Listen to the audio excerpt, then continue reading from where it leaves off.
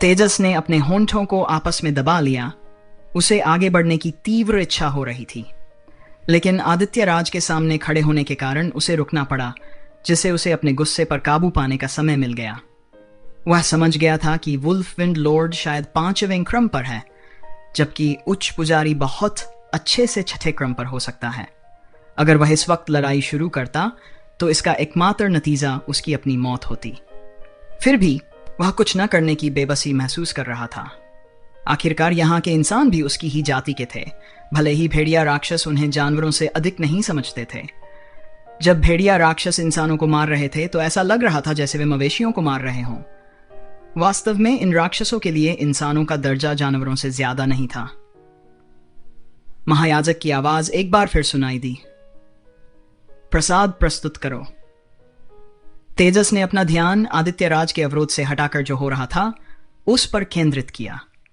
आदित्यराज ने उसकी हरकतों को महसूस किया और उसने तेजस की ओर देखते हुए अपनी भौहें थोड़ी सिकोड़ी। इस दौरान जागृति का अनुभव करने वाले अन्य लोग भी अब समझने लगे कि क्या हो रहा है और डर से कांपने लगे। इस बार तेजस भी थोड़ा भयभीत दिखा। आदित्यराज ने उसके चेहरे पर भाव देखे और उसने राहत की सांस ली। फिर आदित्यराज ने अपना दाहिना हाथ बढ़ाया और तेजस को पीछे धकेलते हुए उसे अपनी पीठ के पीछे खड़ा कर लिया। तेजस को विंडवुल्फ कबीले में आदित्यराज की सही भूमिका के बारे में कोई जानकारी नहीं थी, लेकिन अनुष्ठान के दौरान देखी गई चीजों के आधार पर वह समझ सकता था कि आदित्यराज में अभी भी इंसानियत की भावना जीवित थी। तेजस को धकेले जाने से पहले उसने देखा कि वे नग्न मानव महिलाओं को वेदी पर लाकर खड़ा कर रहे थे, एक एक करके कुल 10 महिलाएं। उसे यकीन हो गया कि ये वही प्रसाद थे जिनका उच्च पुजारी ने जिक्र किया था। तेजस को अंदर तक झकझोर देने वाली ठंडक ने घेर लिया और वह इसे छिपाने की कोशिश भी नहीं कर सकता था। उसने कई बार मौत का सामना किया था, लेकिन इतनी निर्दयता और क्रूरता उसने पहले कभी नहीं देखी थी। अपने पिछले जीवन में इतनी तीव्र क्रोध की भावना उसके लिए दुर्लभ थी। एक पूर्व देव राजा के रूप में उसने हमेशा अपनी भावनाओं पर कड़ा नियंत्रण रखा था, लेकिन इस वक्त वह कैसे शांत रह सकता था? हे महान पूर्वजों, आज आपके वंशज आपको सबसे स्वादिष्ट रक्त बलिदान चढ़ाते हैं। कृपया अपने वंशजों को आशीर्वाद दें और पवन भेड़िया वंश को समृद्धि प्रदान करें।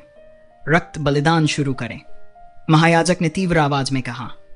जैसे ही उन्होंने ये कहा, वेदी पर लाई गई 10 महिलाओं का गला काट दिया गया।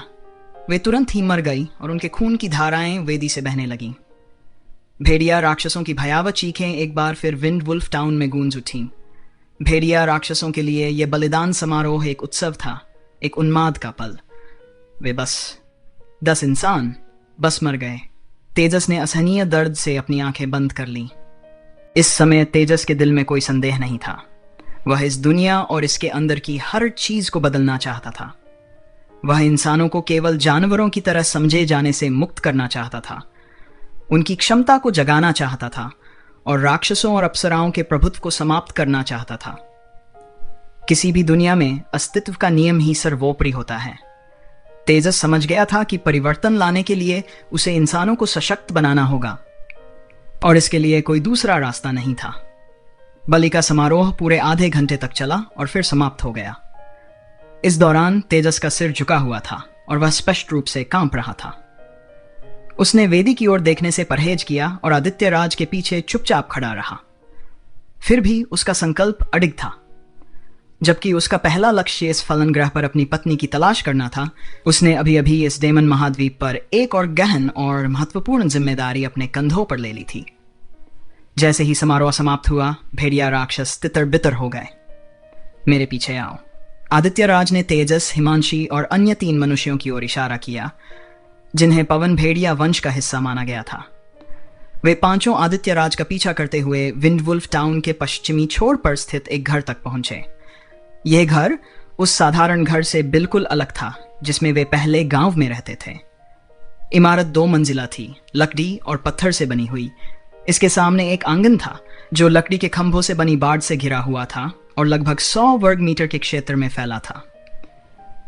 आदित्यराज ने आंगन का दरवाजा खोला और उन्हें अंदर ले गए। दूसरी मंजिल का दरवाजा खुला और एक खूबसूरत महिला बाहर निकली। उसने राज को देखते ही धीरे से पूछा, यह हो गया? आदित्यराज ने हल्के से आह भरते हुए उत्तर दिया, हाँ हो गया। यह सुनकर महिला ने अपना सिर नीचे कर लिया और उसकी आंखों में आंसू भर आए। क्या इस बार बच्चे थे? उसने दर्द भरी आवाज में पूछा। हाँ, उनमें से 5 पास नहीं हुए, आदित्यराज ने उदासी से कहा। महिला समझ गई थी कि इस परीक्षा में असफल होने का क्या मतलब है। उसने अपना सिर नीचे किया और आदित्यराज ने उसे धीरे से गले लगा लिया। अब अंदर आ जाओ। महिला की आवाज में कर्कशता थी, लेकिन उसमें एक गहरी शांति और दर्द भी था। आदित्यराज और उसकी पत्नी हेमा ने तेजस और बाकी लोगों का घर में स्वागत किया।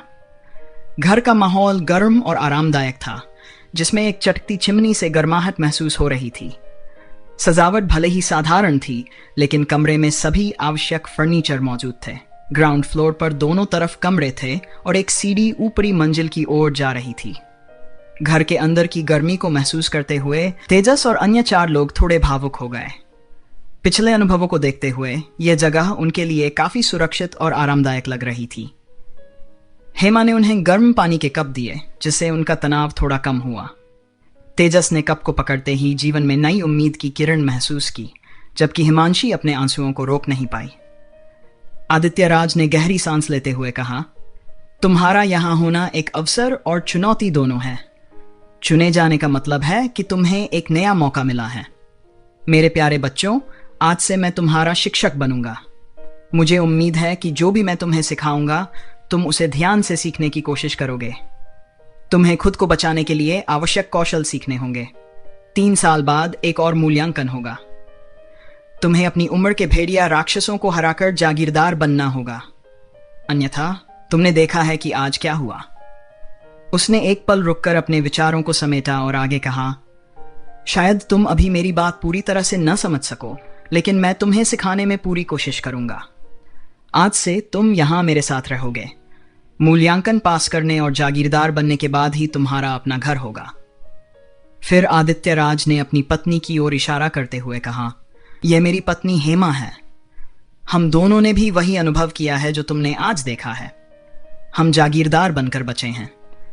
अगले 3 सालों में तुम्हें मेहनत करनी होगी ताकि तुम गुलाम न बने रहो। अब तुम लोग आराम करो। हेमा तुम्हें तुम्हारे कमरे में ले जाएगी। लड़के एक कमरा साझा करेंगे और हिमांशी को अलग कमरा मिलेगा। कल से तुम्हारी पढ़ाई शुरू होगी। इसके बाद आदित्यराज ने सबको लकड़ी के बैज दिए, जिसमें भेड़िए के नुकीले दानत जैसी हड्डी की सामग्री लगी थी। उसने बताया, इस बैज को हमेशा अपने पास रखना। यह तुम्हें गुलामों से अलग पहचान देगा। फिर हेमा ने बच्चों को उनके कमरे दिखाए। तेजस को एक छोटे लड़के के साथ कमरा साझा करने के लिए नियुक्त किया गया था, जिसकी उम्र लगभग 10 साल थी।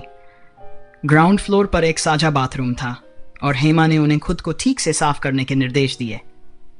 नहाने के बाद उन्हें मोटे लिनन के कपड़े दिए गए, जो भले ही खुरदरे थे लेकिन गर्मी प्रदान करते थे।